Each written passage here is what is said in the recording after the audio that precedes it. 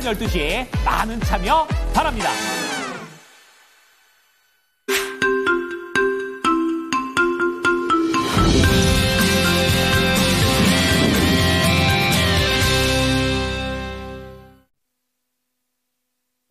네, 좋은 아침입니다. 모닝쇼 이건입니다. 뉴욕 증시는 최근에 급등락을 계속 하고 있는 그런 상황입니다. 간밤에는 혼조로 출발을 해서 혼조로 거래를 마치는 그런 흐름을 보여줬었고, 이날은 특히 다우지수가 부진한 흐름을 보여줬습니다. 트럼프 대통령은 계속해서 관세에 대해서는 긍정적이다, 큰 걱정 말라 이런 얘기를 하고 있지만, 시장의 목소리는 여전히 스태그플레이션과 경기 침체에 대한 우려를 이어갔었습니다. 종목별로는 그 내부적으로 모멘텀이라든지 수급에 의해서 등락하는 장이 오늘도 이어졌습니다. 자, 오늘도 모닝 체크인을 통해서 시장을 한눈에 정리해 보시기 바랍니다. 첫 번째 하이라이트입니다. 자, 결국에는 직접적으로 언급을 해버립니다. 트럼프 대통령은 이 관세와 관련해서 연준 의장은 금리를 내려야 된다, 이렇게 압박을 하게 되면서 얘기를 했는데요. 하지만 이 연준 의장 같은 경우에는 이 얘기를 듣고도 상당히 무덤덤한 그런 반응을 보여줬습니다. 자, 그런 가운데 미국의 경제 지표가 발표가 됐습니다. 신규 주간 실업수당 청구 건수가 나왔는데요. 2달 만에 최저치를 기록하게 되면서 고용이 탄탄함을 보여줬습니다. 자, 그런 가운데 유럽 대륙에서도 금리와 관련된 부분들은 계속 골치를 아프게 하고 있는데요. 미국보다는 낮습니다. 7번째로 금리 인하를 단행하게 됐고 2.25%로 맞춰집니다. 자, 이날 시장에서 추가적으로 관세에 대한 악재가 나오지 않은 가운데 전반적으로 종목들의 흐름은 개별 흐름을 보여줬었는데요. 대표적으로 넷플릭스가 현재 시간외에 굉장히 강하게 움직이고 있는 그런 상황입니다. 실적이 잘 나왔기 때문이었었고요. 그런 가운데 일라이 릴리도 이날 비만 치료제와 관련해서 이제는 어느 정도 경쟁사와의 격차를 조금씩 벌려가고 있다는 소식 속에 긍정적이었습니다. 하지만 다우지수가 좀 크게 내렸던 그런 재료로서는 유나이티드 헬스케어가 있겠습니다. 시총 규모가 가장 크기 때문에 하락을 하는데 원인이 됐었고요. 이날 유나이티드 헬스케어는 부진한 실적에 의해서 하락을 했습니다. 마지막으로 엔비디아는 최근에 안 좋습니다. 또 한 번 하락하는 모습을 보여주고 있는데요. 원인은 계속 같은 걸로 되고 있고요. 그런 가운데 심리가 개선되지 않는 흐름입니다. 자, 오른쪽으로 넘어와 보시면 오늘 모닝 뉴스 준비되어 있는데요. 첫 번째는 주주 충실의 의무, 그리고 전자주총과 관련된 상법 개정안이 결국에는 부결이 된 모습이었습니다. 다시 한번 여야가 다시 힘을 모아야 되는 그런 모습인데요. 아쉬운 부분들이 나오고 있습니다.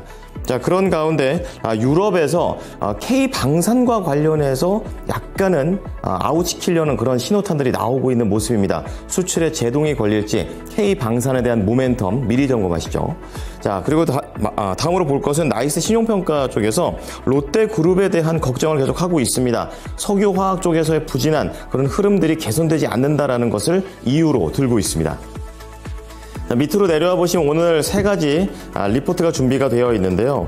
첫 번째는 편의점과 관련해서 GS 리테일이 되겠습니다. 1분기 실적과 관련해서는 부진할 것으로 내다보고 있는 가운데 외형 성장에 대한 전략이 필요하다라는 관점입니다. 두 번째는 TCC 스틸입니다. 목표가 낮췄는데요. 냉연 간판이라든지 이런 것을 판매하는 그런 회사가 되겠고, 1분기 실적과 함께 본격적인 가동률은 올해가 아닙니다. 내년부터라는 그런 얘기와 함께 내려갑니다. 다음은 펜오션 체크해 보겠습니다. 벌크선 위주의 해상 운송 서비스를 운행하는 그런 기업이 되겠는데요. 어려운 시황에도 불구하고 견조하게 실적을 냈다라는 그런 내용, 그리고 내후년에 공급자 우위에 중장기적인 모멘텀을 갖고 있다라는 평가입니다. 자, 뉴욕 증시 3대 지수 체크해 보겠습니다. 앞서 말씀드렸던 대로 이날은 거의 약세로서 거래를 마쳤는데요. 특히 이 다우지수가 크게 밀렸던 것이 특징이 되겠습니다. 자, 이날 다우지수는 1.3% 홀로 많이 빠졌고요. 나스닥 지수 0.1%의 약보합, 반대로 S&P 500 지수는 0.1%의 강보합의 흐름을 보여줬습니다. M7 기업들은 대부분 하락을 했고요. 그런 가운데 국채금리가 상승을 했습니다. 그런 가운데 고용지표는 예상을 하회하게 되면서 특징주로 볼 수 있는 것들은 실적과 모멘텀에 따라서 제각각 등락했던 하루입니다. 첫 번째 하이라이트입니다. 결국 트럼프 대통령이 연준 의장에게 불만을 노골적으로 표현을 했었는데요. 파월 의장에게 금리 인하를 촉구하면서 그의 임기 중에 퇴진을 공개적으로 언급했습니다. 이제 임기는 1년 남았습니다. 자, 이는 독립적으로 통화 정책을 결정하는 연준 수장에 대한 사퇴 압박성 발언으로 파장이 예상이 되는데요. 트럼프는 자신이 사임을 요구하면 파월은 물러날 것이다 라고 주장을 했습니다. 트럼프 대통령은 파월 의장의 금리 인하를 늦추고 있고 자신의 관세 정책을 비판하는 것에 대해서 불만을 드러낸 건데요. 그는 SNS를 통해서 파월의 임기가 조속히 종료돼야 한다고 주장했고 유럽 중앙은행처럼 금리를 즉시 내려야 한다고 압박했습니다. 법률 전문가들은 정책 이견으로 대통령이 연준 의장을 해임할 법적 권한이 없다는 의견이 대다수인 상황인데요. 이 트럼프 대통령의 해임 대신에 자진 사임 형식을 거론하는 것은 이러한 법적 논란을 고려한 것으로 보이고 있습니다. 파월 의장은 이러한 해임 압박에도 불구하고 사임 의사가 전혀 없음을 밝혔습니다. 자, 그런 가운데 고용 지표도 발표가 됐습니다. 이날은 지난주 신규 실업수당 청구 건수가 발표가 됐는데요. 21만 5천 건으로 나왔습니다. 시장 전망치를 하회하는 수치가 되겠고요. 직전주 수정치보다도 9천 건 감소한 내용이 되겠습니다. 계속 실업수당 청구 건수 역시 188만 5천 건을 기록하게 됐는데요.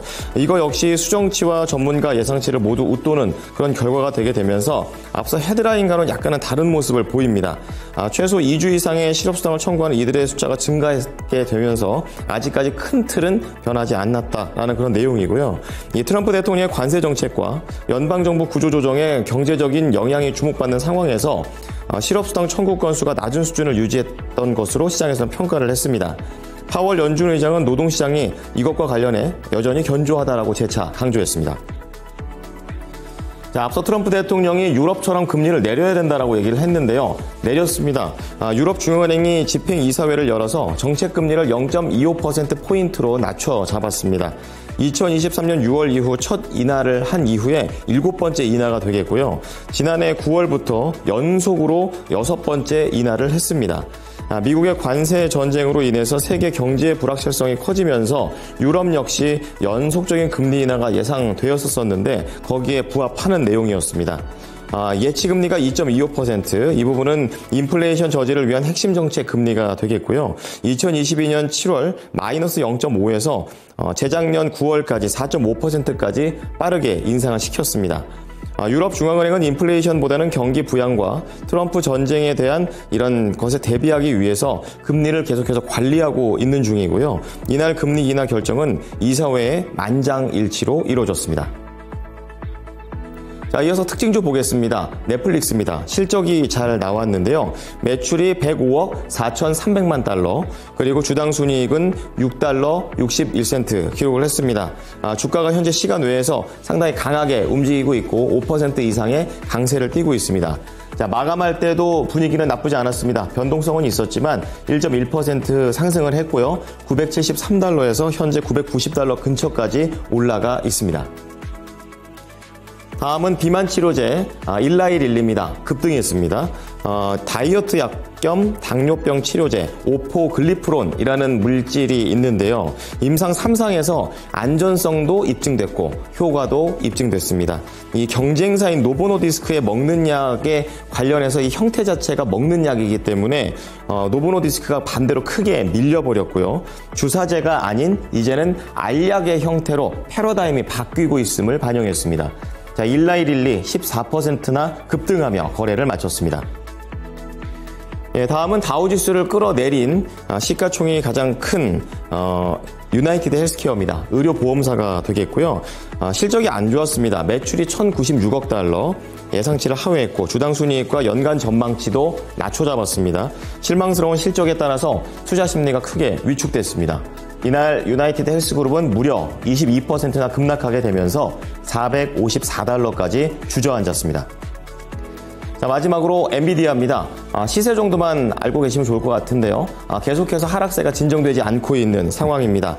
리스크는 중국 리스크가 되겠고요. 미국의 AI 칩과 관련해서 계속 제한이 됐다라는 거, 저가 칩마저도 제한됐다는 것에 실망을 하고 있습니다. 그래서 지금 수출 규제로 인해서 55억 달러 추가 비용이 발생한 것도 악재가 되고 있습니다. 엔비디아 이날 2.8% 더 내리면서 100달러 선이 위태로워진 상황입니다.